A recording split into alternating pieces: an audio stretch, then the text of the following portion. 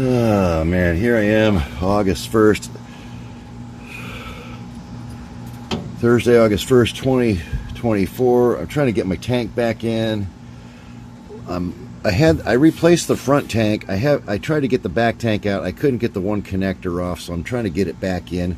But I'm noticing, I'm looking at it, and that's galvanized. It's nice. It's not that rusty. I mean, there's little bits of rust here and there. There's a little on the edge.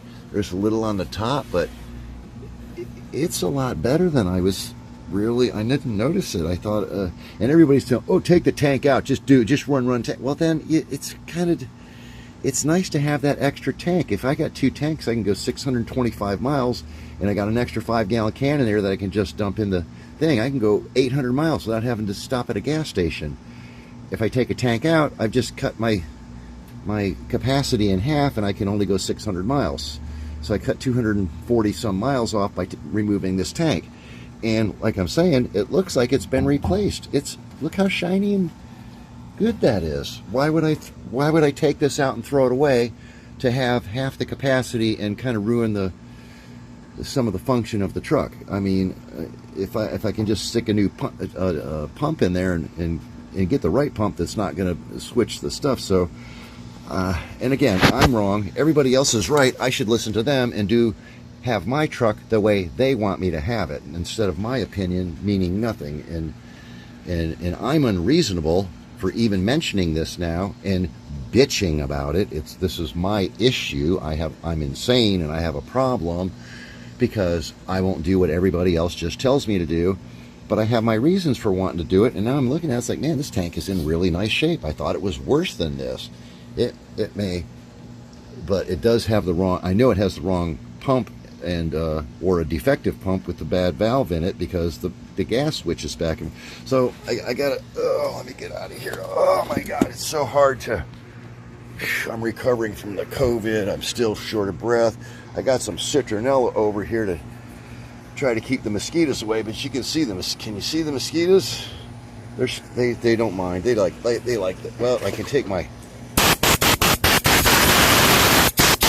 but they don't seem to mind the citronella as much as everybody says that works. But so that's where I'm at. I'm trying to get this stupid tank back in. All right, I got the two straps on the front bolts. I got the two nuts for the back ones. I think the bolts are in there. I've got the filler tube up over the frame where I might be able to get, because this has got to go into the tube. Before I get too far, I got to make sure I pull the paper towel out of there that I put in to keep the lizards, bugs, and dirt out. I mean, it's just, and I don't have any help. I got to do all this by myself. If I bother the neighbor for it, the wife says, you're bothering everyone, you're insane, you took NyQuil, you're amped up or tweaking or whatever it is. I don't know. I just can't seem to win anymore. I try as hard as I can. I went to do my upholstery job today.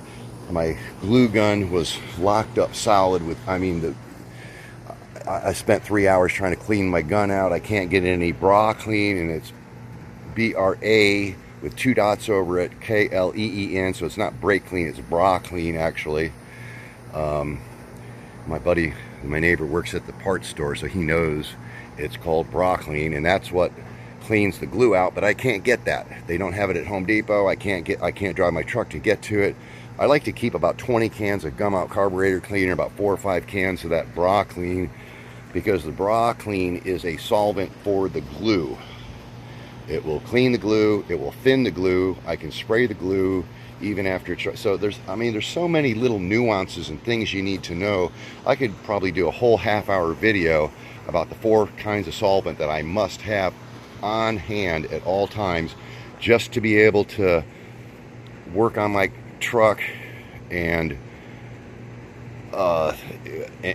do upholstery. I have to have lacquer thinner, I have to have gum out carburetor cleaner, I got to have bra clean, which is brake clean, and paint thinner.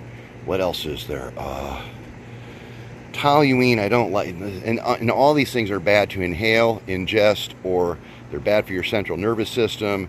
everything. They'll make you sterile, they'll make you impotent, they'll make you just everything. And I've been dealing with this my whole life. So, well, maybe that's one of my other issues and why I'm so insane.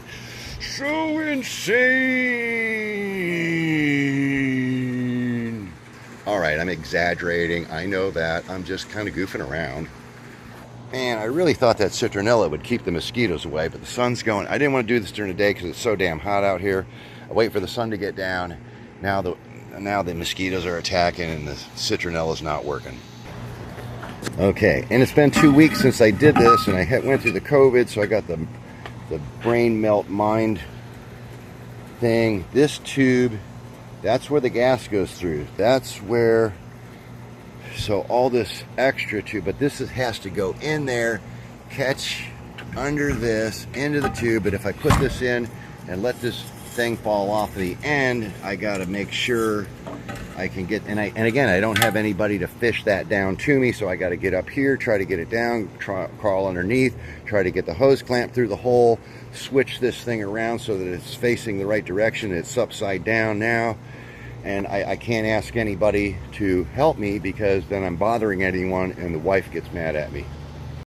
All right, I had to go bother my neighbor, Frank. I hope I don't get yelled at for that, but he's going to help me get this in so I don't have the hose clamps falling off and have to try this 5 times. And now somebody's texting me.